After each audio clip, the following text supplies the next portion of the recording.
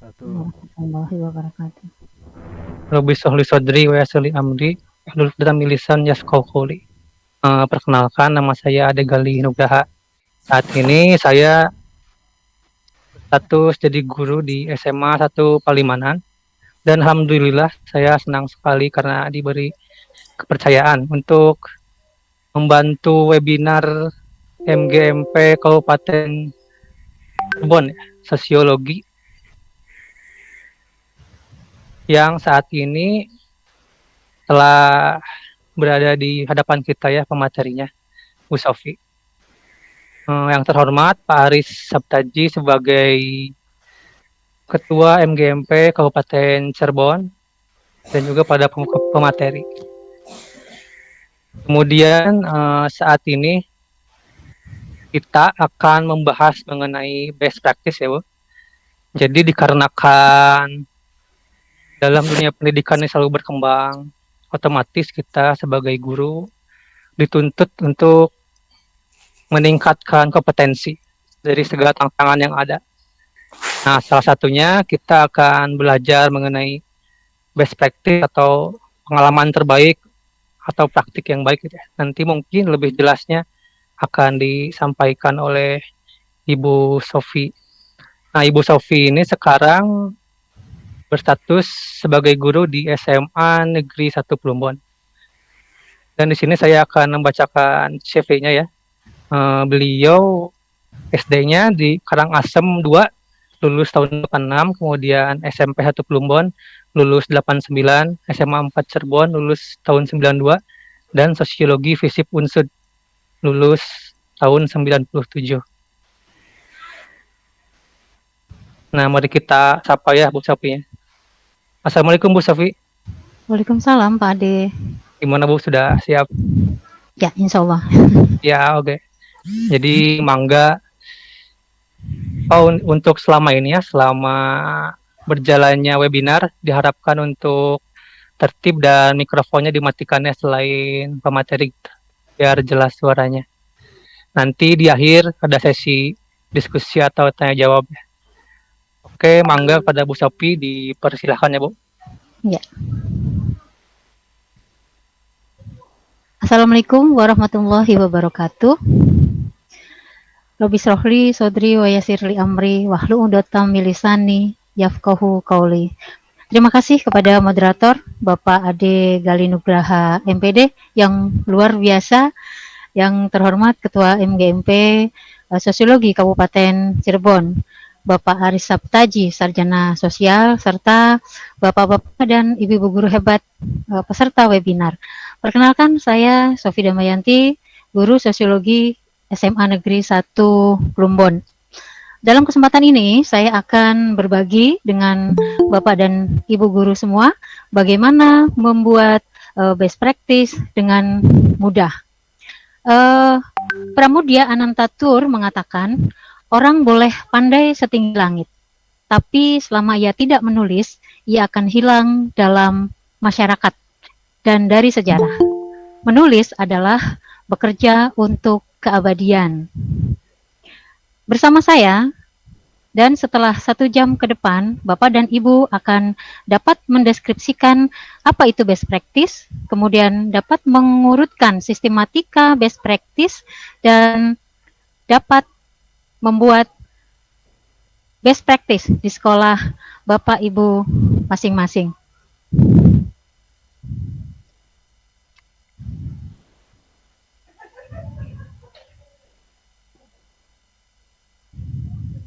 Oke.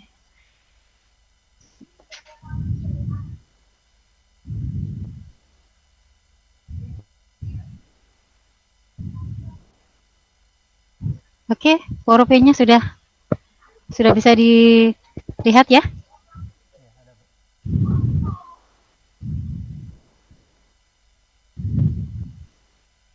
Oke, di sini Bapak dan Ibu sudah ada yang pernah membuat best practice?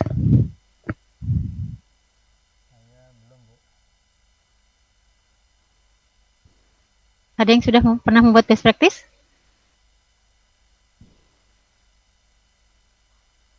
Baik ya. Untuk pertama yang akan saya bahas adalah apa itu best practice. Best practice adalah sebuah karya tulis yang menceritakan pengalaman terbaik dalam menyelesaikan sebuah permasalahan yang dihadapi oleh pendidik dan tenaga kependidikan dengan efektif dan mampu memperbaiki mutu layanan pendidikan dan pembelajaran yang dampaknya dirasakan oleh sekolah. Nah, best practice ini tidak selalu identik dengan langkah-langkah yang besar dan revolusioner yang dilakukan oleh pendidik dan tenaga kependidikan dalam menyelesaikan suatu masalah, tetapi juga melalui langkah kecil penerapan alternatif-alternatif pemecahan masalah yang sederhana tetapi efektif dan dampaknya dirasakan oleh sekolah. Nah, penyelesaian masalah melalui best practice ini menuntut kreativitas dan inovasi pendidik dan tenaga kependidikan. Ini biasanya dimunculkan ide-ide unik, menarik, dan bahkan yang aneh secara spontan bisa muncul untuk menyelesaikan masalah. Tujuan dari best practice di sini adalah menyelesaikan masalah yang dihadapi.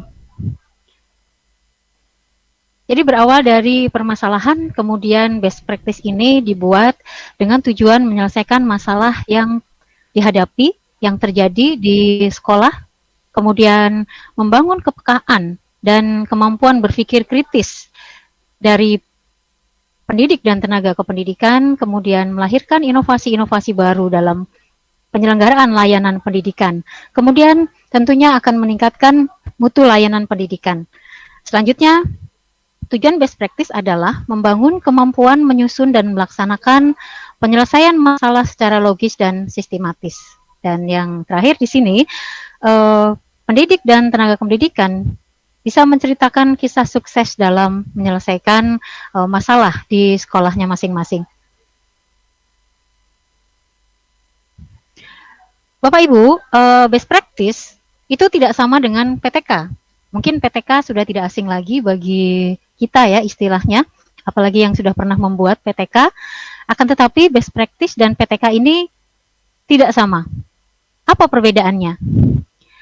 Perbedaannya di sini adalah PTK dilakukan dan dimulai berdasarkan permasalahan yang timbul dalam pembelajaran. Nah, tentunya di sini adalah pembelajaran di kelas. Kemudian untuk guru ya, kemudian PTK yang luar biasa atau inovatif bisa jadi best practice. Jadi PTK bisa menjadi best practice manakala hasilnya adalah luar biasa ataupun inovatif ya, memunculkan hal-hal yang luar biasa yang berkelanjutan dan baru. Kemudian PTK memberikan kontribusi secara temporal, artinya mengatasi masalah dengan subjek tertentu.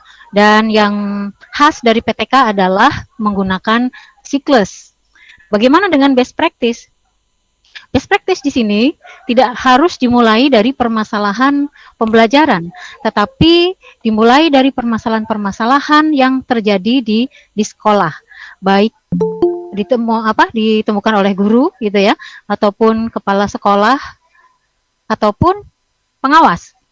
Kemudian tidak semua best practice bisa dikategorikan sebagai PTK. Best practice atau praktek terbaik merupakan suatu ide-ide atau langkah-langkah baru yang memberikan kontribusi yang luar biasa, berkesinambungan dan inovatif dalam memperbaiki pengembangan proses dan kualitas sekolah dan bahkan bisa digunakan oleh sekolah lainnya. Mengenai ruang lingkup best practice di sini, best practice bisa dibuat oleh guru, kepala sekolah, atau pengawas. Nah, ruang lingkupnya untuk guru, kepala sekolah, dan pengawas tentunya di sini berbeda. Untuk guru, di sini berkaitan dengan pembelajaran di kelas dan siswa, berkaitan dengan kegiatan siswa, pembelajaran di kelas. Nah, ini masuk ke best practice untuk guru. Sementara untuk kepala sekolah, ini berkaitan dengan pembinaan guru dan atau manajerial sekolah. Kemudian best practice untuk pengawas ini berkaitan dengan pengawasan akademik dan manajerial. Oke, di sini saya tayangkan contoh best practice ya untuk masing-masing guru, kemudian kepala sekolah dan pengawas. Di sini pada nomor 1 ada judul best practice super sekolah binaan dengan penggunaan Google. Kalau menurut Bapak Ibu, ini termasuk best practice untuk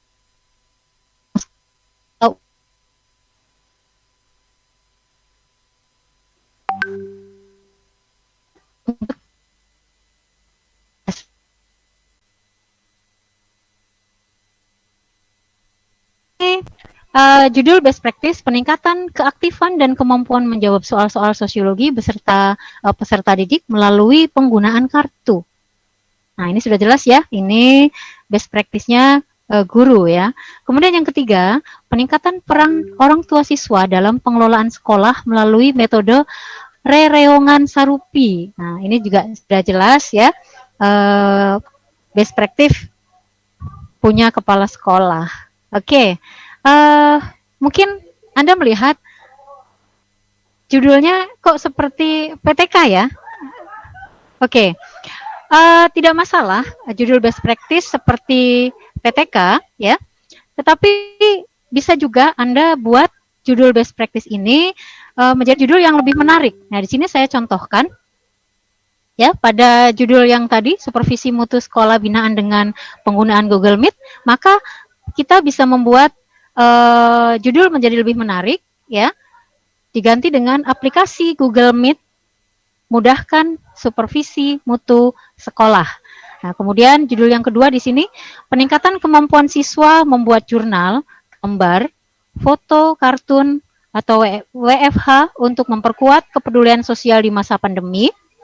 Kita bisa ganti judulnya supaya lebih menarik, yaitu dengan siswa peduli masa pandemi. Atau kita ganti dengan siswa peduli WFA di masa pandemi. Ya, demikian pula pada judul yang ketiga di sini, peningkatan peran orang tua siswa dalam pengelolaan sekolah melalui metode rereongan sarupi. Kita ganti supaya lebih menarik, yaitu rereongan sarupi orang tua siswa untuk sekolah.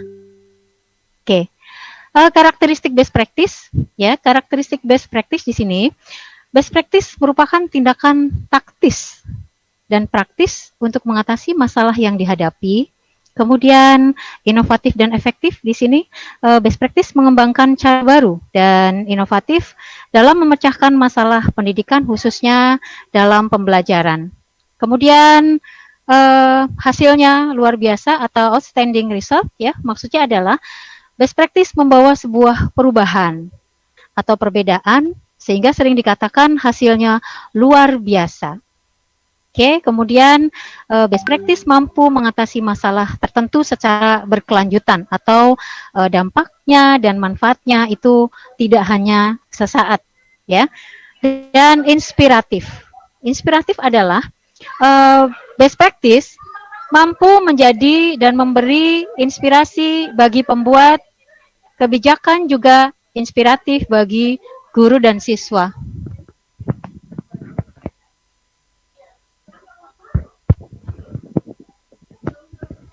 Oke, kemudian manfaatnya, ya, ini manfaat best practice. Manfaat best practice. Manfaat best practice di samping dapat menjadi salah satu jenis karya tulis pengembangan profesi pendidik dan tenaga kependidikan yang dapat digunakan untuk memenuhi persyaratan kenaikan pangkat, juga dapat menjadi salah satu sumber belajar bagi pendidik dan tenaga kependidikan.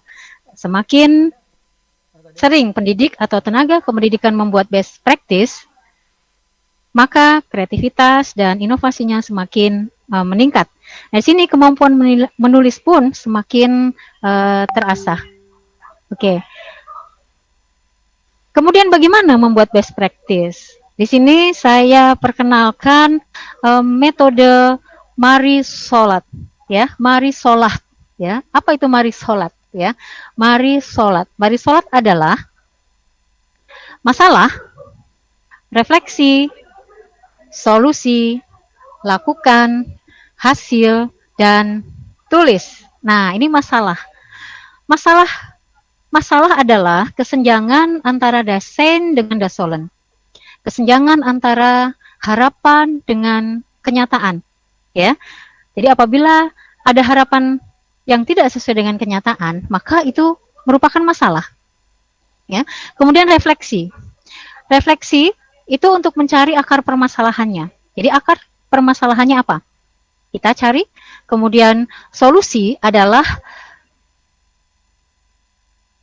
mencari alternatif pemecahan masalah, dilakukan dengan membaca buku, kemudian membaca hasil penelitian dan best practice terdahulu dari orang lain, ya.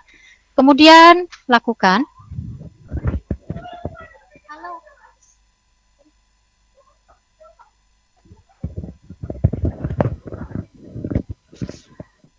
Oke, kemudian lakukan. Apa itu lakukan? Ya, lakukan yaitu solusi yang dipilih tadi, solusi. Kemudian lakukan tindakannya berupa apa?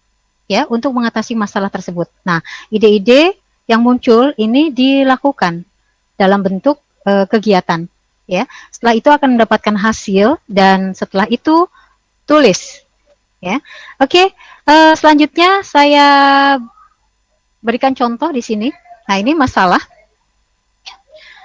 kesulitan dalam mengajarkan konsep tertentu. Nah, ini barangkali Bapak Ibu pernah mengalami ya atau menemukan ada kesenjangan antara harapan dengan kenyataan. Kita berharap apa yang kita ajarkan, misalnya berkaitan dengan konsep, itu dapat dipahami oleh siswa dengan baik.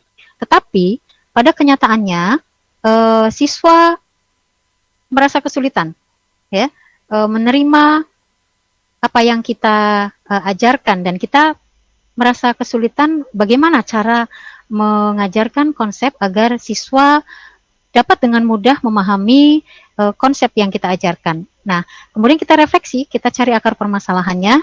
Yang pertama, minat siswa yang rendah terhadap pembelajaran, ya. Kemudian tidak konsentrasi, kemudian penyajian yang kurang menarik, begitu. Kemudian solusi. Nah, solusi di sini kita mencari alternatif ataupun kita menemukan, menggunakan metode baru yang inovatif dalam mengaktifkan siswa, ya. Nah, dalam bentuk apa nih metode yang baru yang inovatif, ya? Setelah itu apa yang kita lakukan, ya? Tentunya kita membuat RPP, kemudian membuat metode atau model yang inovatif, ya, dan menarik. Kemudian kita laksanakan pembelajarannya, kita terapkan dalam kelas metode yang baru, yang inovatif itu. Setelah itu kita akan mendapatkan hasil. Nah, setelah mendapatkan hasil, kemudian apa yang kita lakukan? Tulis, ya. Kemudian contoh yang kedua, di sini kesulitan mengantarkan peserta didik menjadi juara Olimpiade Sains. Nah, ada sekolah yang belum pernah, ya, mendapatkan juara Olimpiade Sains peserta didiknya. Padahal itu suatu harapan, tapi kenyataannya belum pernah terjadi. Begitu sulit. Maka ini bisa diangkat menjadi masalah atau topik dalam best practice, ya. Kita refleksikan masalahnya, akar permasalahannya. Ini belum pernah jadi juara yang pertama. Yang kedua, ya, tidak ada bimbingan, ya, karena selama ini biasanya peserta didik yang mengikuti Olimpiade itu ditunjuk begitu saja, ya, tanpa persiapan, kemudian langsung dikirim atau persiapannya hanya sebentar dengan waktu yang begitu sempit yang tidak mencukupi untuk persyaratan menjadi seorang juara gitu ya. Oke. Nah, kemudian tidak ada bimbingan. Kemudian jiwa kompetisi siswa yang rendah. Nah, ini juga perlu ada stimulasi ya untuk jiwa kompetisi bagi siswanya. Kemudian solusinya. Nah, di sini idenya apa untuk menjawab permasalahan tadi, menyelesaikan masalah tadi, yaitu guru mencoba menerapkan strategi atau metode yang baru, yang inovatif kepada siswa dalam mengerjakan soal-soal Olimpiade Sains. Kemudian menumbuhkan jiwa kompetisi siswa yang rendah tadi. Setelah itu lakukan. Setelah kita menemukan cara yang inovatif, yang baru, kita lakukan. Apa yang kita lakukan? Yang pertama kita membentuk tim sukses, ya, tim sukses Olimpiade Sains, ya. Kemudian membuat program, ya, membuat program, kemudian sosialisasikan program, kemudian seleksi siswanya yang memiliki minat dan juga potensi dan juga memiliki jiwa kompetisi yang baik, kemudian lakukan bimbingan dengan metode atau strategi yang baru bagaimana cara mengerjakan soal Olimpiade Sains. Kemudian perlombaan ya, setelah itu hasilnya dapat mengantarkan anak didiknya atau peserta didik berkali-kali menjadi juara Olimpiade Sains tingkat internasional ya. Nah setelah itu tulis. Perhatikan Bapak Ibu, apabila misalnya ya ada siswa kita yang menjadi juara Olimpiade, kemudian saya mau buat best practice nih, itu tidak bisa ya, karena best practice kuncinya adalah suatu perubahan ya. Jadi solusi dari suatu permasalahan kemudian menghasilkan suatu perubahan yang luar biasa ya, yang berbeda dengan sebelumnya. Maka itu best practice. Bukan berarti setelah berubah kemudian kita buat best practice ya, tetapi ada tahapan-tahapannya. Baik. Kita lanjutkan Bapak Ibu. Ya. Setelah itu bagaimana menulis best practice? Ya. Menulis best practice. Di sini sistematika penulisan best practice itu secara umum sama dengan penulisan karya ilmiah lainnya, di mana dibagi menjadi 3, yaitu bagian awal, bagian isi, dan bagian akhir ya, bagian akhir. Pada bagian awal, ini ada cover atau memuat judul di sana, judul best practice. Kemudian ada lembar pengesahan. Nah, ini harus diketahui oleh pimpinan ya, dalam hal ini kalau guru berarti kepala sekolah, kemudian kalau kepala sekolah berarti pengawas atau kepala dinas ya. Demikian pula pengawas itu harus disahkan, diketahui oleh kepala dinas. Kemudian surat pernyataan keaslian, karena best practice itu harus asli ya, tidak boleh duplikasi, kemudian tidak boleh juga mengcopy ya. Kemudian ada abstraksi, kemudian kata pengantar, daftar isi, daftar tabel, kemudian ada daftar lampiran. Kemudian pada bagian isi, di sini ada beberapa bab. Pada bab yang pertama, yaitu pendahuluan yang berisi latar belakang masalah, identifikasi masalah atau rumusan masalah, kemudian tujuan dan manfaat. Pada bab kedua, ada kajian pustaka. Isinya yaitu berupa teori, kemudian kebijakan ya yang berkaitan dengan best practice yang dibuat, kemudian pedoman dalam penyelesaian masalah. Oke. Kemudian pada bab ketiga yaitu metode dan strategi pemecahan masalah, isinya adalah prosedur. Nah, di sini berupa langkah-langkah ya, kemudian instrumen yaitu alat instrumen yang kita gunakan, kemudian strategi atau cara pemecahan masalah. Kemudian di bab 4 itu ada keadaan awal, hasil pelaksanaan ya. Di sana terdapat keadaan awal, kemudian proses pelaksanaan program, hasil pelaksanaan, dan dampak bagi sekolah. Kemudian di bab kelima, di sini ada simpulan dan rekomendasi. Kemudian di bagian akhir ada daftar pustaka dan lampiran. Baik, saya coba berikan contoh di sini. Judul best practice-nya adalah peningkatan kesadaran warga sekolah dalam memelihara kebersihan lingkungan sekolah melalui gerakan pungut sampah di SMA Negeri 1 Plumbon ya. Oke. Kemudian di pendahuluan, bab 1 pendahuluan di latar belakang masalah, apa yang ditulis ya? Yang ditulis pada latar belakang masalah ya. Latar belakang masalah ini berisi deskripsi ataupun gambaran tentang kondisi ideal ya yang diharapkan muncul dari sebuah pembelajaran atau layanan pendidikan yang berkualitas, biasanya dengan mengutip definisi dari peraturan perundang-undangan, kemudian teori, kemudian pendapat ahli yang diambil dari referensi yang sesuai. Kemudian munculkan berbagai masalah yang terjadi berupa fakta ya, fakta masalahnya di sini sebagai bentuk kesenjangan antara harapan dan kenyataan, kemudian penyebab masalah tersebut terjadi, alasan mengapa perlu adanya solusi, dampaknya jika tidak segera diselesaikan, serta alternatif pemecahan masalah yang akan dilakukan untuk menyelesaikan masalah. Saya berikan contoh untuk latar belakang ya. Di sini misalnya, lingkungan sekolah yang bersih dan sehat menjadi sebuah kebutuhan dan dambaan bagi seluruh warga sekolah di mana ya. Kemudian tampilkan di sini pendapat ataupun peraturan ya, boleh dimunculkan di sini di latar belakang. Kemudian munculkan fakta kesenjangan tadi, masalahnya ya. Nah, masalahnya ingin sekolahnya bersih, tetapi nah ini masalahnya ya, kurang fasilitas kebersihan, kemudian warga sekolahnya kurang peduli kebersihan, rendahnya kesadaran akan kebersihan, tidak ada supervisi kebersihan sekolah, kemudian sampah berserakan yang menimbulkan bau dan lain sebagainya. Nah, jika masalah tersebut tidak segera diatasi, maka ya, nah, tulis bla bla bla bla bla. Seperti itu ya. Kemudian dari permasalahan di atas, melalui gerakan pungut sampah diharapkan dapat meningkatkan kesadaran warga sekolah dalam menjaga kebersihan lingkungan sekolah.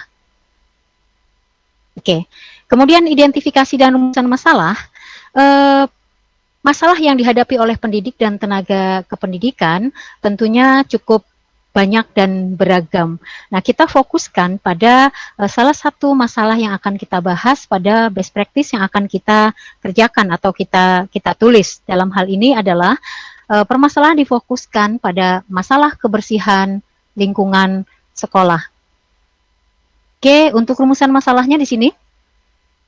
Yang pertama, rumusan masalah itu adalah sesuatu yang akan kita cari penyelesaiannya, kita cari jawabannya. Ya, dan rumusan masalah itu dibuat dalam bentuk kalimat tanya yang di dalamnya terdapat variabel-variabel yang kita operasionalkan. Nah, sesuai dengan tema dan judul yang sudah saya contohkan, maka rumusan masalah dapat kita buat. Yang pertama, apakah gerakan pungut sampah dapat memelihara kebersihan lingkungan sekolah, ya. Kemudian yang kedua, apakah gerakan pungut sampah dapat menjadi solusi bagi terciptanya kebersihan lingkungan sekolah, ya. Nah, ini jadi rumusan masalah dibuat dalam bentuk pertanyaan. Kemudian tujuan. Nah, pada tujuan ini ada tujuan secara umum dan tujuan secara khusus yang ingin dicapai dari pelaksanaan best practice ini. Secara umum, misalnya untuk meningkatkan profesionalisme pendidik dan tenaga kependidikan. Dan secara khusus misalnya untuk meningkatkan kesadaran warga sekolah dalam memelihara kebersihan sekolah melalui gerakan pungut sampah. Nah, di sini harus dideskripsikan prosesnya, hasilnya, dan juga dampaknya.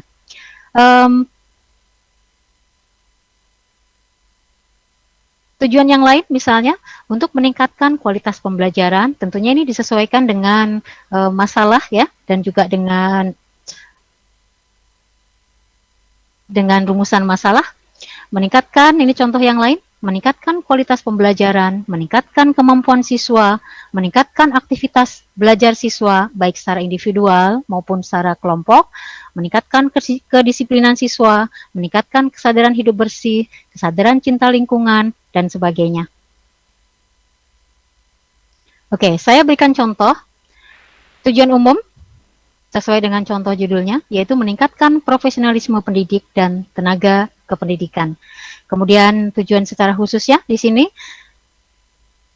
harus sesuai dengan rumusan masalah ya, karena pertanyaan, kemudian tujuan kita adalah untuk mencari jawabannya, sehingga tujuannya harus sesuai. Jadi kalau jumlah rumusan masalahnya 2, biasanya tujuan khususnya 2 ya.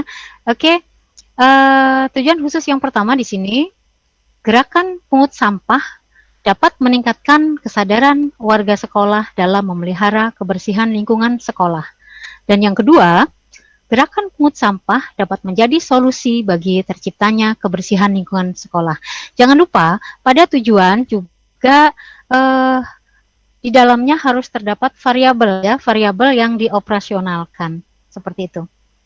Kemudian manfaatnya di sini ada 3, yaitu manfaat bagi siswa, bagi guru, dan bagi sekolah. Untuk siswa, terbentuk pribadi yang mencintai lingkungan yang bersih, kemudian bagi gurunya meningkatkan profesionalisme, kemudian bagi sekolahnya tercipta lingkungan sekolah yang bersih. Oke, sampai sini? Lanjut ya. Baik.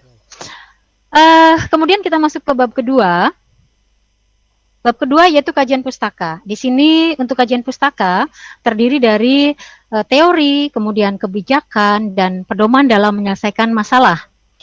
Teori, nah teori yang kita sajikan pada kajian pustaka di sini adalah teori-teori yang berkaitan dengan best practice. Ya tentunya teori yang berkaitan dengan variabel yang kita gunakan. Berkaitan dengan variabel operasionalnya, ya, yaitu tentang kebersihan lingkungan sekolah, kemudian kesadaran warga sekolah dalam memelihara kebersihan lingkungan sekolah, kemudian gerakan pungut sampah. Nah, untuk teori-teori tadi, penyajiannya tidak selalu dibagi dalam subbab-subbab secara terpisah, tetapi bisa juga dibuat dalam satu rangkaian yang saling terkait satu dengan yang lainnya. Dan tentunya di sini ada catatan pustaka dari daftar pustaka. Kemudian pada bagian kebijakan, kebijakan yang berkaitan dengan best practice yang dikaji. Di sini kita bisa munculkan undang-undang, kemudian peraturan pemerintah, permen, ya, peraturan menteri ataupun yang lainnya yang tentunya berkaitan dengan best practice yang kita kaji. Selanjutnya, pada pedoman dan penyelesaian masalah, kita bisa mengisi dengan program sekolah atau RKAS, ya, kemudian visi dan misi sekolah, kemudian karakteristik sekolah. Pada bab 3, tentang metode dan strategi pemecahan masalah. Pada bagian ini dijelaskan secara rinci langkah-langkah yang dilakukan untuk menyelesaikan masalah yang dihadapi. Cantumkan sasaran, tempat dan waktu kegiatan, kemudian alat atau bahan, strategi dan metode yang digunakan untuk menyelesaikan masalah. Kita lihat contohnya di sini, ya. Contohnya untuk metode, tempatnya di SMA Negeri 1 Plumbon. Kemudian waktunya 1 Januari sampai 31 Maret 2021. Sasarannya seluruh warga sekolah. Instrumennya apa yang kita gunakan? Misalnya wawancara, observasi, ya. Kemudian strategi. Nah, strategi yang kita gunakan adalah gerakan pungut sampah, ya. Kemudian pada bagian perencanaan, nah di sini kalau kita gunakan metode Marisolah, ya, perencanaan di sini ada kaitannya dengan lakukan, ya, lakukan. Jadi apa? Membuat tim, ya, membuat tim. Kemudian di sana dituliskan timnya siapa saja, kemudian membuat program kebersihan lingkungan. Kemudian pada pelaksanaannya di sini sosialisasi mengenai program kebersihan lingkungan sekolah, ya, kepada seluruh warga sekolah, kemudian menyiapkan fasilitas kebersihan, kemudian melakukan pendampingan dan pengawasan, memberikan reward kepada warga yang melaksanakan gerakan pungut sampah atau menjaga kebersihan. Kemudian bagian evaluasi, nah ini kita bisa lakukan evaluasinya apakah mingguan atau bulanan. Pada bab keempat, yaitu hasil pelaksanaan, kita uraikan keadaan awal, ya. Pada bab keempat ini berisi keadaan awal, proses pelaksanaan, hasil pelaksanaan, dampak bagi sekolah, kemudian kendala dan faktor pendukung. Pada bagian awal, keadaan awal, ini uraikan keadaan sebelum pelaksanaan best practice, disertai kondisi dan data-data awal, ya. Seperti apa kondisi awal sebelum best practice dilakukan, kemudian proses pelaksanaannya, ini dijelaskan tahap-tahapnya, kemudian strategi pelaksanaannya, serta progres ya. Setelah ada evaluasi, tentunya ada progres di sana. Nah, kita masukkan di sini, serta progres penyelesaian masalah sehingga masalah dapat diatasi dengan baik. Kemudian tampilkan hasil ya, kondisi awal dengan kondisi akhir. Setelah itu nanti kita bandingkan di hasil pelaksanaan, kondisi awal dan kondisi akhir setelah kegiatan best practice dilakukan, itu kita bandingkan. Nah, sehingga pada bagian ini kita akan bisa menyajikan hasilnya dan perbedaan antara sebelum dan sesudah dilakukan best practice. Pada bagian ini bisa disajikan foto kegiatan, kemudian grafik atau tabel data yang kemudian dideskripsikan dan dianalisis. Intinya pada bagian ini digambarkan perubahan antara kondisi awal dan kondisi akhir sehingga perubahannya nampak secara nyata. Nah, kemudian dampak bagi warga sekolah, di sini dampaknya apa ya dari hasil best practice tersebut. Kemudian kendala, nah ini penghambatnya apa, kendala, kemudian faktor pendukungnya apa, kita uraikan di sini. Kemudian pada bab kelima, simpulan dan rekomendasi. Pada simpulan ini berisi hal yang substansial dan pelajaran penting yang didapat dari pelaksanaan best practice sehingga terdapat berdampak terhadap peningkatan mutu pembelajaran dan layanan pendidikan. Kalau dikaitkan dengan tema di atas ya, misalnya strategi pungut sampah ya, metode pungut sampah yang digunakan, maka simpulan dapat dipaparkan berupa efektivitas dalam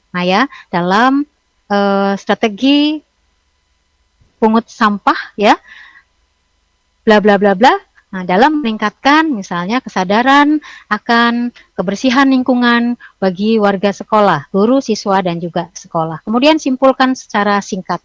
Pada rekomendasi, pada bagian ini berisi harapan kepada pihak-pihak terkait, apakah itu siswa, guru, kepala sekolah, atau dinas dan instansi, dan yang lainnya yang terkait dengan hasil best practice yang dilakukan.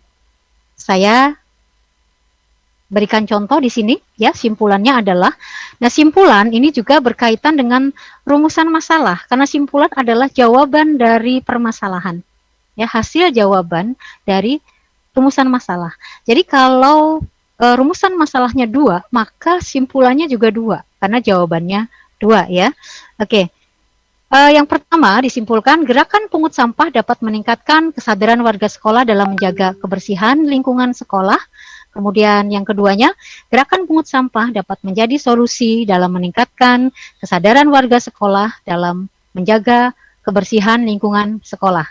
Kemudian rekomendasinya, gerakan pungut sampah agar diterapkan di sekolah-sekolah sehingga tercipta budaya cinta kebersihan.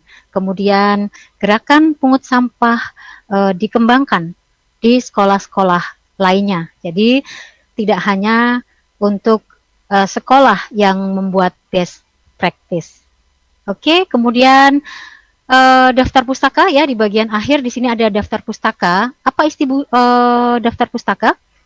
Daftar pustaka berisi daftar buku yang digunakan sebagai rujukan dalam menyusun best practice. Jadi akan lebih baik apabila memungkinkan daftar pustaka yang digunakan adalah yang up to date ya, jadi yang terbaru. Kemudian hanya daftar pustaka yang ada dalam catatan pustaka yang ditulis di bagian ini. Kemudian tulis dengan kaidah penyusunan daftar pustaka yang benar sesuai dengan penulisan karya ilmiah. Nah, ini contoh penulisan daftar pustaka ya. Oke. Kemudian yang terakhir adalah lampiran. Lampiran ini berisi hal-hal yang berkaitan dengan program yang dilaksanakan, misalnya data tabel perhitungan disertai grafik, bisa dimasukkan di sini kalau memang ada dan dibutuhkan. Kemudian foto dokumentasi kegiatan, kemudian foto dokumentasi prestasi guru sekolah misalnya bisa dimasukkan, kemudian keterangan lain yang dibutuhkan. Ya, tentu ini sesuai dengan tema ya yang kita lakukan, yang kita buat best practice-nya. Misalnya yang dibutuhkan daftar nilai, maka daftar nilai kita lampirkan. Kemudian biografi penulisnya, kemudian RPP ya, atau hal lain yang memang ada dan dibutuhkan ya dalam best practice, maka bisa kita masukkan ke dalam lampiran. Baik, demikian yang dapat saya sampaikan. Selanjutnya saya serahkan kembali kepada moderator. Oke ya, terima kasih Bu Sofi. Penjelasannya sangat terstruktur, jelas, dan baik ya. Jadi tadi kan kita ngebahas mengenai best practice. Jadi best practice itu kan menurut tadi yang dikatakan oleh Bu Sofi, yaitu karya tulis yang menceritakan mengenai pengalaman-pengalaman terbaik ya. Yang dimana pengalaman terbaik itu bisa dijadikan solusi untuk menghadapi permasalahan baik tenaga pendidik atau pendidik. Nah, jadi dari penjelasan yang Bu Sofi tadi paparkan, apakah teman-teman di sini ada yang mau bertanya atau menanggapi? Jadi dikasih batas dulu ya untuk 2 orang yang bertanya deh. Ya, saya Ya, Pak. Mangga. Mangga Paris. Ya, terima kasih Bu Sofi atas pemaparannya. Nah, saya tertarik sekali dengan tema best practice ini. Nah, ada yang ingin saya tanyakan. Yang pertama, best practice ini kan merupakan suatu rangkaian kegiatan yang dirancang oleh guru atau ya guru ya, untuk dijadikan sebagai sebuah eksperimen. Apakah rancangan yang kita buat itu nanti harapannya sih di akhir akan luar biasa hasilnya gitu ya, karena ini kan best ya, best. Nah, ini kalau ternyata ketika guru sudah merancang merencanakan dengan baik, dengan harapan nanti pas di akhir kegiatan itu harapannya adalah bisa luar biasa, hasilnya sangat sangat wah gitu ya, tapi ternyata pas di akhirnya itu tidak sesuai dengan harapan gitu. Nah, apakah itu masuk ke dalam kategori best practice atau bukan gitu ya. Nah, itu yang pertama ya Bu. Kemudian yang kedua berkaitan dengan masalah ini, waktu, kira-kira berapa lama ideal seorang guru membuat best practice ini yang ideal gitu. Apakah misalkan cukup dalam hitungan seminggu, 2 minggu, atau sebulan misalkan, apakah itu bisa? Itu barangkali sedikit pertanyaan. Terima kasih, Bangga Bu Sofi. Oke, terima kasih Pak Aris. Tadi pertanyaan yang baik ya. Jadi Bu, tadi yang pertama itu apakah kalau misalnya akhirnya tidak sesuai harapan, apakah itu bisa dikatakan best practice? Itu yang pertama Bu ya. Kemudian yang kedua mengenai waktu yang ideal mungkin bagi guru mengerjakannya itu seberapa lama sih gitu ya. Oke, mangga Bu Sofi. Baik, terima kasih pada moderator dan Pak Aris atas pertanyaannya. Ya, saya ulangi di sini. Tadi pertanyaannya adalah bagaimana hasil best practice apabila tidak sesuai dengan harapan, begitu ya? Namanya best practice, Pak. Berarti sesuai dengan definisinya ya. Best practice itu merupakan solusi. Jadi apa yang kita lakukan itu dapat memecahkan masalah. Jadi merupakan solusi ya, solusi dari permasalahan-permasalahan yang ada. Jadi kalau misalnya tidak berhasil berarti nggak termasuk best practice dong ya. Ya. Ya, karena tadi syaratnya best practice itu satu inovatif ya, inovatif, kemudian efektif, kemudian berkelanjutan, ya, seperti itu. Kemudian memberikan perubahan yang luar biasa, tuh ya. Jadi kalaupun misalnya tidak luar biasa, tapi itu inovatif dan berhasil melakukan suatu perubahan, ada perubahan dari sebelumnya menjadi lebih baik. Saya kira itu bisa dikategorikan sebagai best practice ya. Tapi sekali lagi persyaratan yang tadi ya, inovatif, efektif. Nah, ini harus masuk. Jadi bukan berarti misalnya kita mengambil best practice yang lain ya, bukan cara yang baru. Kemudian kita terapkan di sekolah kita. Walaupun itu berhasil, tetapi itu bukan best practice karena itu adalah praktek terbaik orang lain. Kita hanya mencoba mengikuti ya, sama dengan seperti yang tadi harap bahwa hasil best practice yang tadi saya contohkan diharapkan juga dapat diterapkan oleh sekolah-sekolah yang lainnya. Jadi tidak hanya bermanfaat atau diterapkan pada sekolah yang membuat best practice saja. Jadi best practice-nya bukan best practice yang dimaksud gitu. Begitu Pak, gimana? Mengenai waktu, Bu. Gimana Pak? Ya, Pak Aris, dinyalain dulu Pak ini. Oke, oke. Iya Bu Sofi, terima kasih. Ya. Kemudian Oh, waktunya ya? Waktunya. Oke. Waktu ini relatif Faris, jadi tergantung permasalahannya karena ini butuh proses ya. Dalam pembuatan best practice ini butuh proses dan setiap permasalahan itu tidak selalu sama.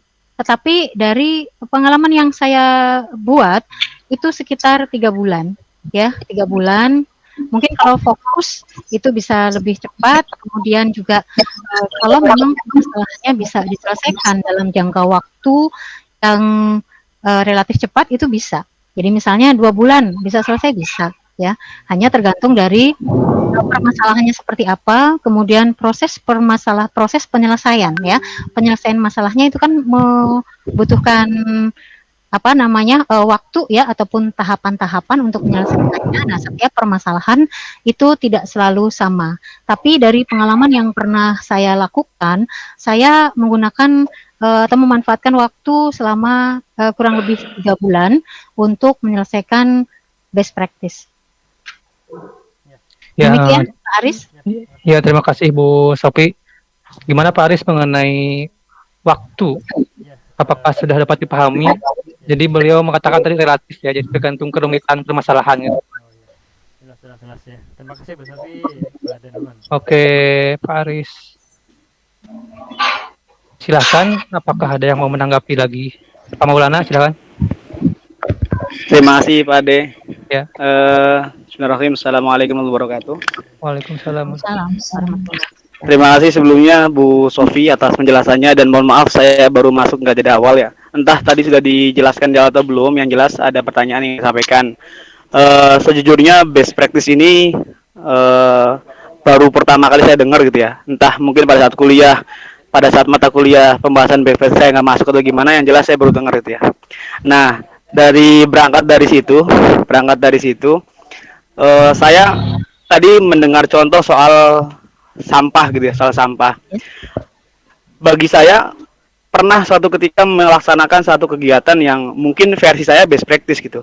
Cuma karena tidak tahu ada istilah best practice, kemudian tidak dilakukan secara perencanaan yang matang, kemudian pelaksanaannya cukup efektif tapi tidak berkelanjutan signifikan. Dan beberapa tahun kemudian dilaksanakan kembali. Nah, apakah apa yang sudah dilakukan itu bisa kemudian dituliskan dalam bentuk format best practice walaupun perencanaannya tidak pernah saya lakukan sebelumnya. Kemudian skemanya juga lanjut, berhenti, lanjut lagi. Nah, apakah model semacam ini kemudian bisa dipaksa dituliskan dalam bentuk best practice atau bagaimana gitu? Itu mungkin pertanyaannya. Terima kasih. Ya, terima kasih Pak Maulana. Enggak Bu Sofi. Ya, baik. Jadi pertanyaannya tadi, terima kasih Pak Maulana. Pertanyaannya tadi adalah jadi pernah menuliskan best practice gitu ya, tetapi melakukan best practice gitu ya, tetapi belum ditulis gitu ya. Nah, memang bisa saja sebenarnya menurut saya ya, bisa saja, hanya mungkin yang dilakukan itu tidak direncanakan awalnya ya untuk best practice gitu. Tapi itu merupakan suatu upaya untuk menyelesaikan suatu permasalahan. Jadi jelas Pak Maulana pasti awalnya menemukan permasalahan terlebih dahulu ya. Ingin misalnya lingkungan sekolahnya bersih. Kemudian apa ya yang harus dilakukan? Pasti itu proses itu berjalan. Akan tetapi karena mungkin ilmunya atau apa ya belum mengenal apa itu best practice ya, maka ya dilakukan begitu saja dan ternyata membawa dampak yang luar biasa bagi sekolah. Saya kira itu bisa masuk kategori best practice dan bisa ditulis ya, bisa ditulis. Artinya apa? Apabila tidak ditulis, maka tidak ada wujud nyatanya gitu loh. Ya, tetapi kalau misalnya ditulis bisa diakui bahwa ini adalah idenya siapa yang melakukan. Artinya ada dalam bentuk fisik ya, dalam bentuk bukti fisiknya itu ada gitu. Jadi tidak ngaku-ngaku Pak Maul. Bisa ya, saya pikir itu bisa, sangat bisa. Ini pengalaman saya membuat best practice ya mengenai Merdeka Belajar. Saya awalnya tidak tahu apa itu Merdeka Belajar ya. Jadi saya hanya bekerja berdasarkan saya menemukan masalah, kemudian ternyata saya menemukan suatu inovasi ya, metode baru yang inovatif, kemudian saya lakukan yang belum ada sebelumnya gitu. Dan itu sudah saya lakukan ya. Kemudian best practice-nya saya tulis sebenarnya tidak dalam best practice tadinya ya, tapi saya buat dalam PTK ya, dalam bentuk PTK.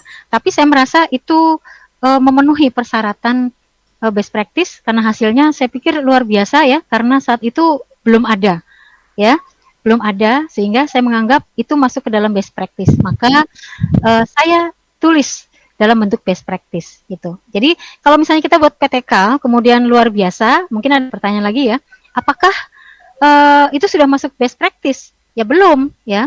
Nah, masuk ke dalam best practice manakala kita tulis dalam sistematika penulisan best practice begitu.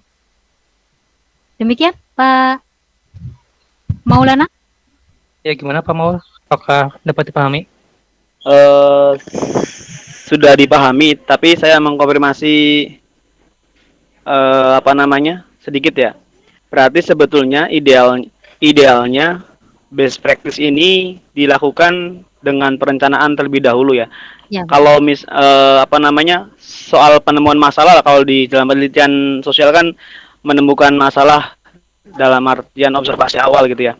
Nah, kemudian dibuat perencanaan sampai dengan pelaksanaan, evaluasi, dan kalau memang dinyatakan ini berhasil dan menjadi satu temuan, satu program yang memberikan banyak manfaat, berarti ini disebut best practice. Kemudian tuliskan dalam bentuk format-format yang ditentukan dalam best practice. Jadi idealnya berarti memang harus ada perencanaan di awal gitu ya. Ya. Oke, ya mungkin Pak Aris tadi Pak Maulana tadi belum hadir barangkali. Jadi tadi saya perkenalkan metode Marisolah Pak Maul ya. Marisolah yaitu identifikasi. Nah, ini ya sistematis gitu ya. Langkah-langkahnya Marisolah masalah. Kita menemukan masalah, kita identifikasi masalahnya, kemudian kita refleksikan akar permasalahannya, kemudian kita mencari solusinya dengan membuat strategi yang inovatif, kemudian kita laksanakan, kita lakukan, kemudian kita akan mendapatkan hasil. Setelah itu tulis gitu ya. Jadi ini secara sistematis langkah-langkahnya seperti ini. Jadi yang Pak Maulana lakukan di sekolah Pak Maulana mungkin awalnya bukan best practice. Jadi mungkin sudah sampai sini ya, hasilnya sudah ada ya. Nah, sekarang tinggal langkah yang terakhir, yaitu apa? Tulis. Betul begitu, Pak Maulana? Ya, Bu, betul, Bu. Betul. Ya, begitu ya. Oke, nah ini tadi contohnya. Ya, demikian Pak Maul. Oke, terima kasih Bu Sofi. Tadi intinya Pak Maul ya. Jadi yang dikatakan best practice bisa dikatakan best practice untuk Pak Maul ya. Asalkan sesuai dengan prosedur mungkin ya Bu, sesuai Ya, sistematika. Jadi yang penting kalau menurut Bu Sofi ada upaya dulu gitu, upaya untuk membuat dulu gitu ya Bu. Ya, betul. Ya. Oke, terima kasih. Selanjutnya mungkin ada yang mau menanggapi kembali, dipersilahkan.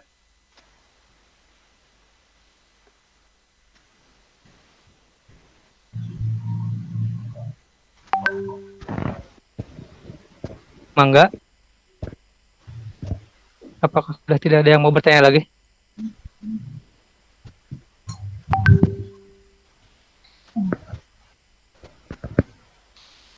Kalau moderator bertanya boleh Bu?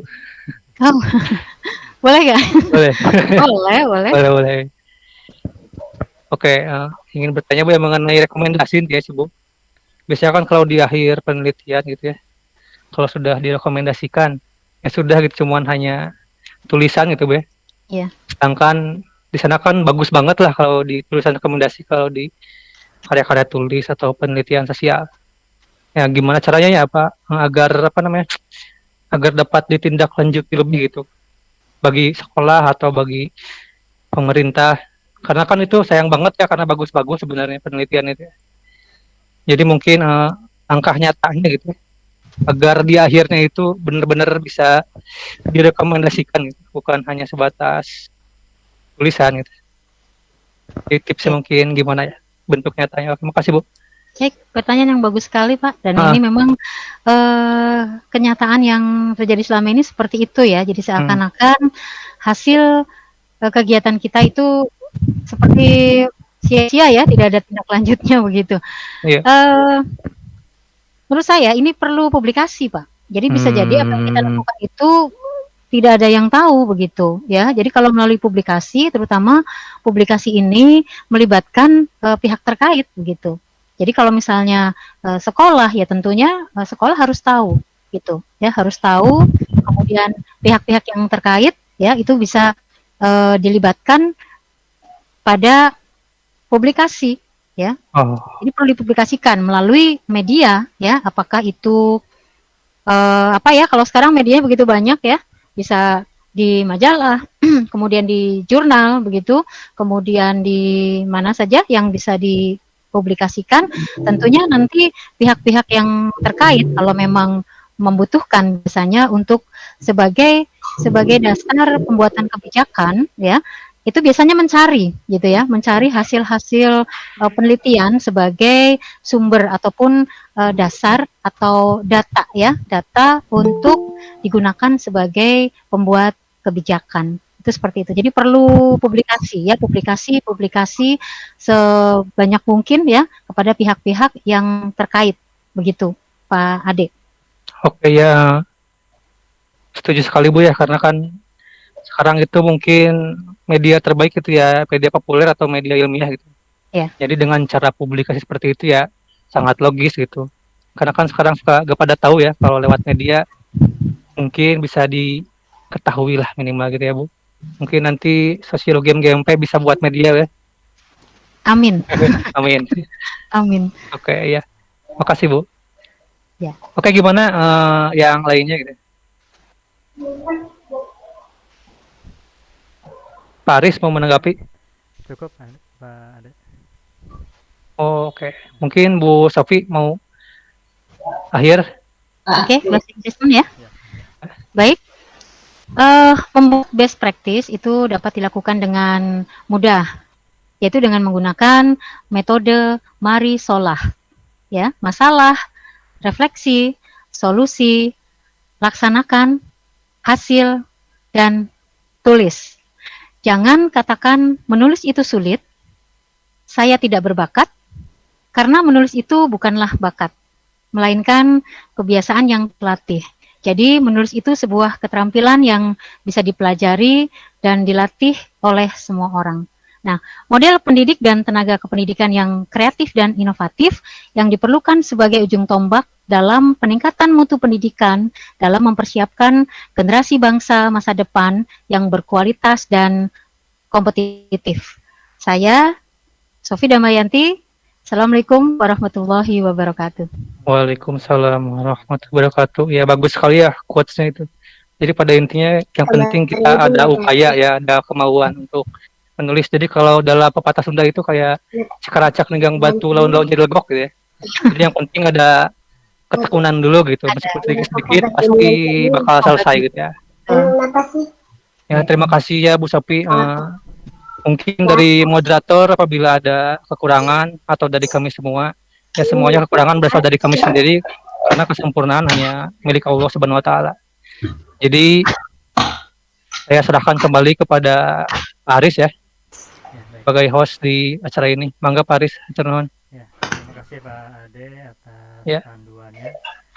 Bapak Ibu yang saya hormati, sebelum kita mengakhiri, nanti akan ada absen ya yang akan saya sharekan, dan ada juga ya oleh-oleh ya Bapak Ibu, karena kalau kita hanya mendengarkan webinar kemudian setelah itu selesai dan tidak ada pemicu untuk mau kita berbuat atau mencoba, itu rasanya akan hilang gitu. Sekarang mungkin kita penasaran gitu ya, ada ilmu baru, tapi ketika hanya sekedar ada di pikiran saja tanpa ada sebuah tindakan yang bisa kita lakukan, itu mustahil untuk bisa kita praktekkan gitu.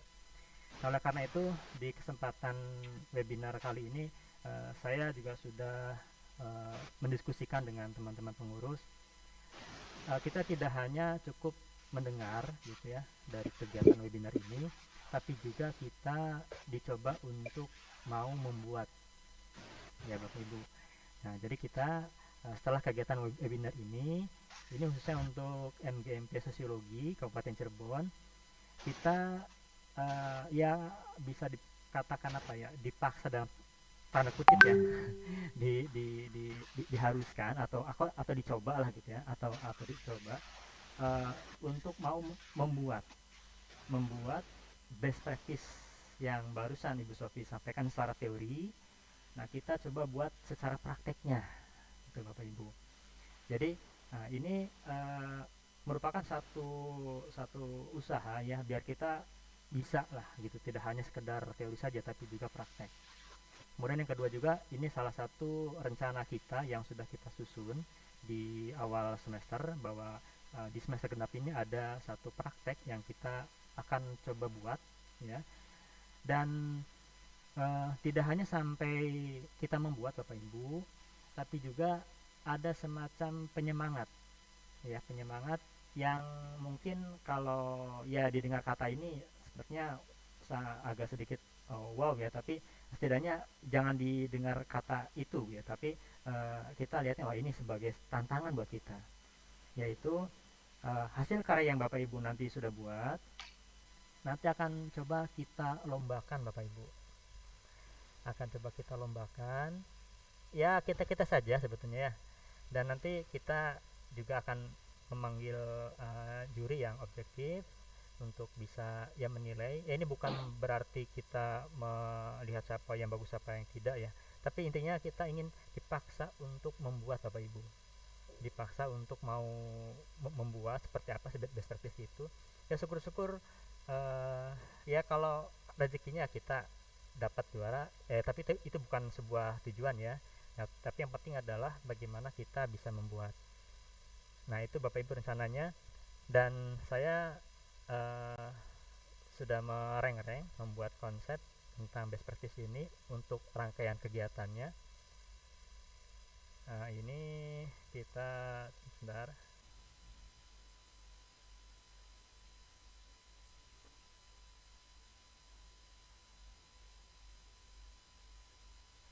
Bisa dilihat Mas Ade? Oh, belum terlihat ya. Belum.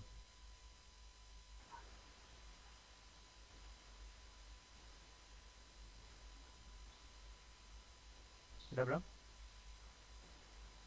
Kalau di sini belum. Sudah.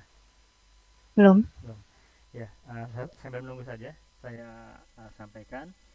Jadi ada rangkaian kegiatan best practice ini dari mulai saat ini sampai rencana di bulan April Bapak Ibu.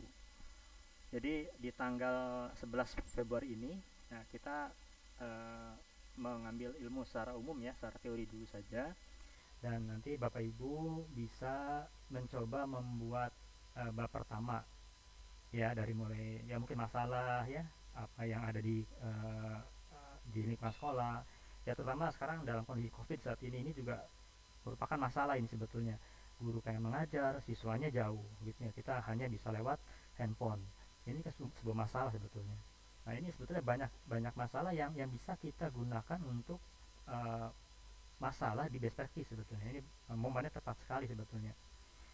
Nah, nanti setelah Bapak Ibu membuat di bab pertama, nanti di tanggal 17 insya Allah kita dari pengurus akan membuatkan surat ke KCD untuk disebarkan ke masing-masing sekolah.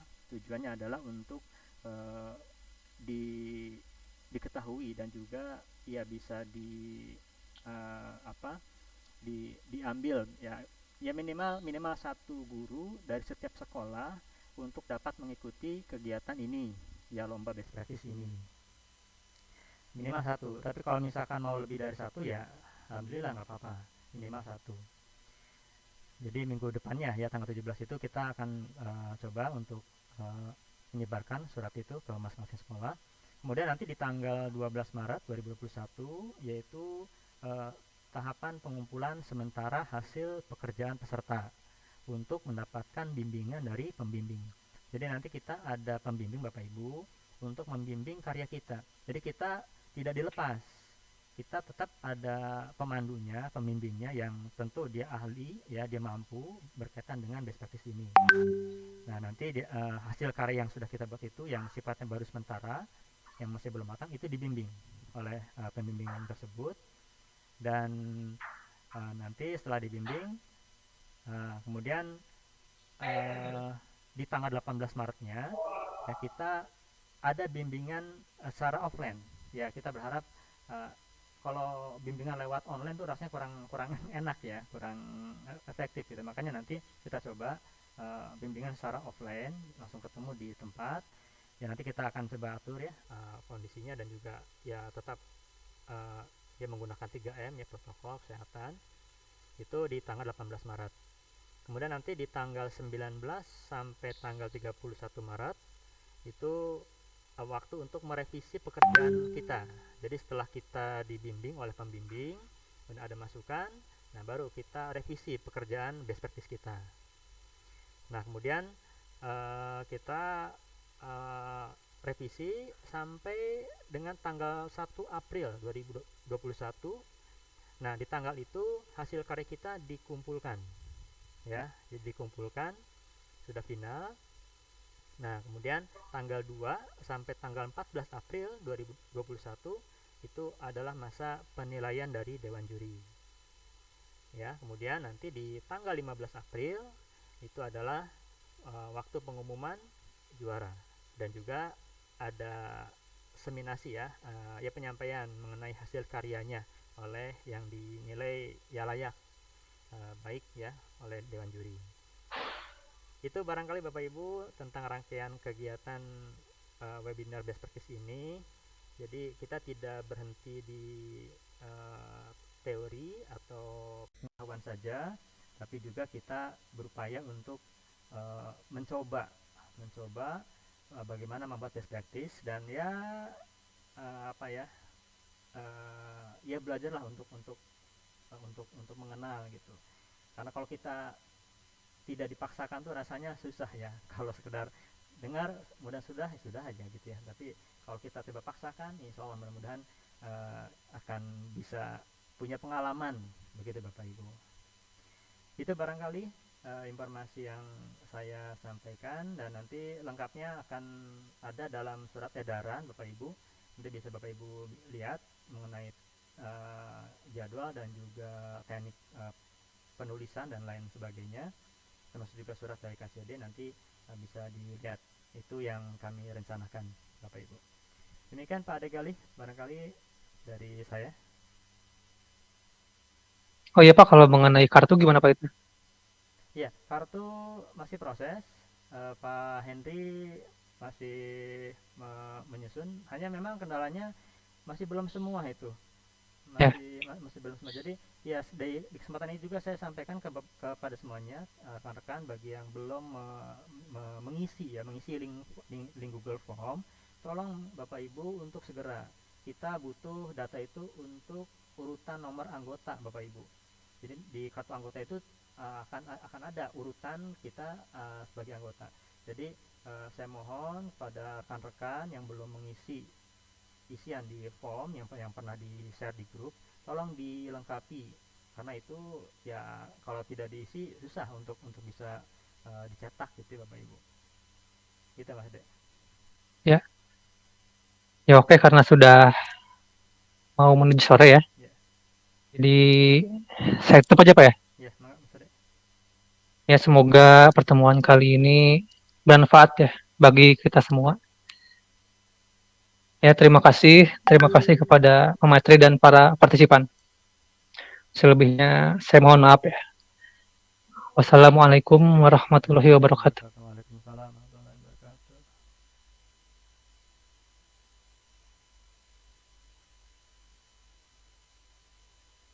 Yang belum absen dulu Bapak Ibu.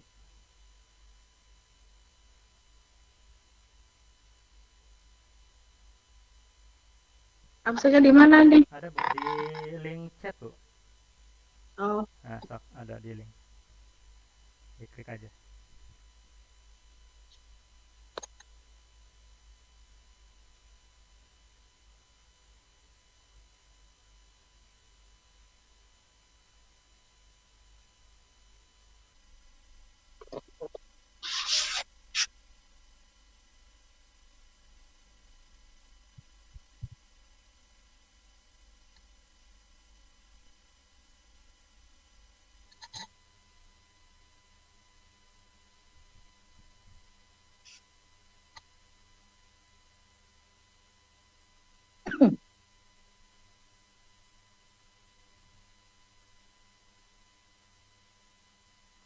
belum daftar.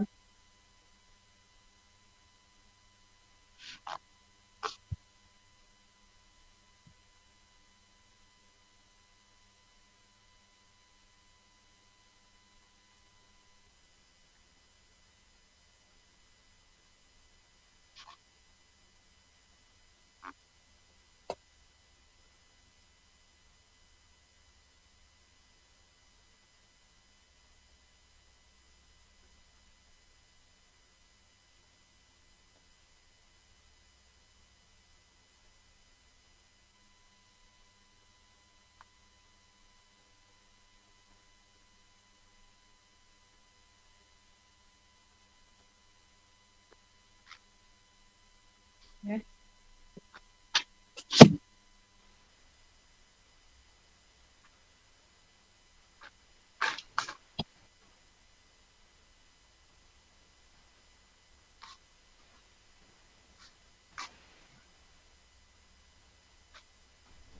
Ibu Maroah ya.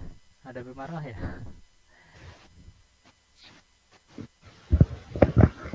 Selamat bergabung Bu Maroah.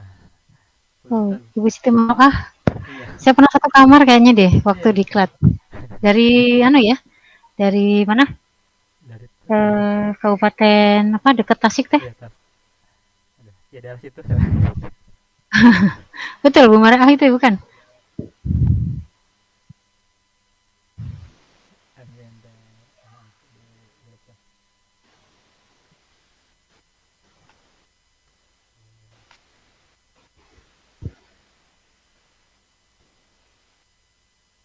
Oh iya, untuk itu PPT-nya nanti di-share aja di grup, insya Allah. Boleh nanti yang terbaru aja ya. Boleh, boleh. Oke, nanti saya share lagi Pak. Oh iya, buat yang ini, buat yang jauh ya. Buat yang jauh ya. Assalamualaikum Pak Haris. Waalaikumsalam. Waalaikumsalam. Haris. Maroah. Ada punten. Kumaha sehat? Alhamdulillah. Alhamdulillah Ibu. Manawi teh Manawi saha? teh saha? Aya Aya namina Bu Maroah. Iya, mengikuti tapi terlambat ini. Oh, Oh, iya. iya. Terima kasih banyak Bu. Terima kasih banyak Bu Iya. ini udah mau bergabung. Iya. Cuma sudah terlambat jadi ini juga terlambat itu materinya. Kurang begitu mengerti. Makasih ini juga ada kesempatan bisa bergabung. Iya. Iya. Ya, Ya, nanti materi nanti bisa di data, Bu. Itu kapan-kapan lagi nanti ini ya ada share lagi kalau ada kegiatan apalah di Iya, sana. iya. Iya. Kalau Ibu tadi Kalau Ibu Tasik, tadi Bu? Tasik tuh, Bu. Di Banjar. Oh, di Banjar. Oh, di Banjar. Sama Pak Saiful Sama Hadi ya? Pak Saiful Hadi ya? Ya. Pak Saiful. Pak Saiful. Oh iya Pak Saiful ya. Pak Saiful wah jago nulisnya itu luar biasa. Di sana MGMP-nya MGMP-nya jalan, Bu. jalan, Bu. Dulu ya kayak gini aja. Setelah dapat blogeran jadi berhenti. Oh. Iya, ya Iya. kalau Ya, nggak kalau di nggak di pelan-pelan di semangati ya gitu. semangati ya gitu. Iya, ini teh kan mau rencana deh Pak Saiful teh, ayo orang maju lagi lah, cenah.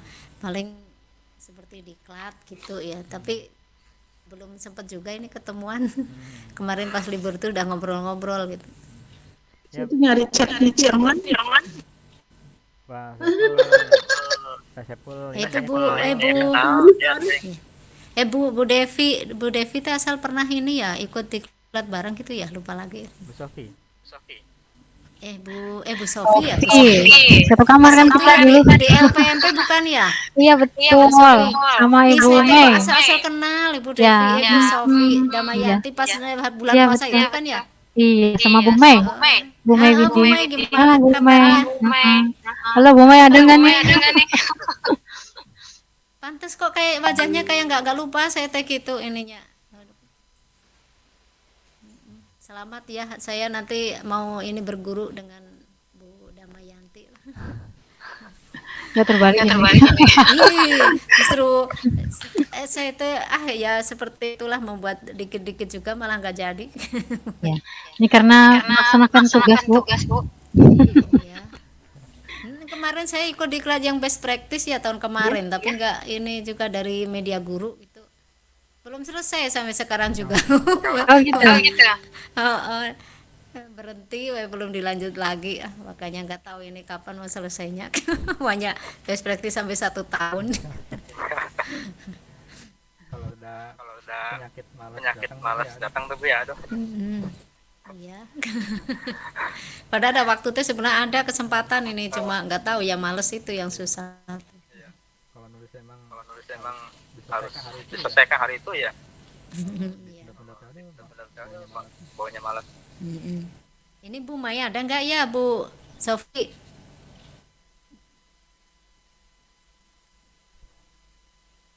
Bu Mei kan nggak ada. Bu Mei kan nggak ada Ibu Sofi. Kalau ketemu salam ya, udah selama ya nggak ketemu, nggak ini lagi nggak chattingan saya juga, atau mungkin sudah ganti nomor gitu saya pernah saya chatting di Facebook tapi nggak dibales, atau mungkin sudah lupa ya denganku. Karena udah lama bertahun-tahun ya nggak ketemu. Suaranya Bu Sofi. Itunya mic-nya. Iya. Kayaknya nggak gabung ya Bu Mei. Nggak gabung ya Bu Mei ya Bu Sofi. Bu Mei nggak gabung. Ya? kayaknya. Iyalah, ya udah nggak apa-apa, salam aja nanti. Kalau di Udah, Iya. gitu aja ya. Jalan ada. Oke. Ya. Ini saya mau ini berangkat pulang dari sekolah. Oh iya. Oh iya. Ya, terima kasih banyak. Terima kasih banyak Ibu Siti Mara. Ya, sama-sama. Salam buat teman-teman MGMP di Banjar. Ya, nanti insya Allah. Oh iya Banjar. Banjar. Ingat dua kamar ya saya dengan Oh Bu iya. Mei. Oh iya ya kita. Dua kamar ya. tapi satu kamar mandi. Satu kamar. Selama seminggu udah namanya Betul, Pak. Ya udah gitu aja ya. Ini saya. Oke, terima kasih banyak Bu, Sama-sama. Bu Siti Marwah. Paris itu linknya yang di pendaftaran ya? Gimana? Isinya pendaftaran. Iya, yang itu isi pendaftaran. yang dicat ya, Bu. Yang dicat Bu. Ya, itu absen. Absen itu. Oke. Makasih ya. Sama-sama, Bu. Iya, sama-sama Bu. Nih. Nanti Bu Sofi saya nanya kalau saya nulis buat kenaikan pangkat aja. manfaatnya, Iya, banyak Bu. manfaatnya, Bu. Ya udah ya, terima kasih. Assalamualaikum. Waalaikumsalam warahmatullahi wabarakatuh.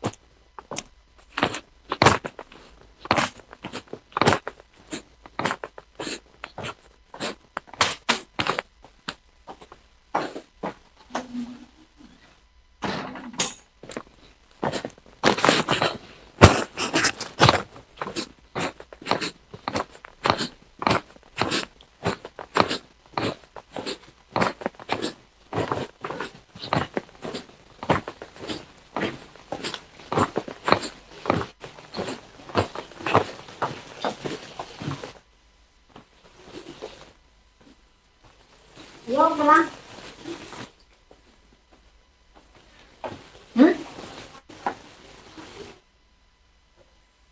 Oh, biasanya mah saya mah kalau di sini di Bakaseng, di Aten. Pasayna, yuk kenek na, enak sila wala ite di Makassar namanya.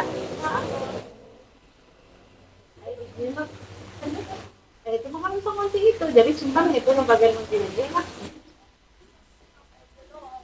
Iya, simpannya di mana sih kenapa?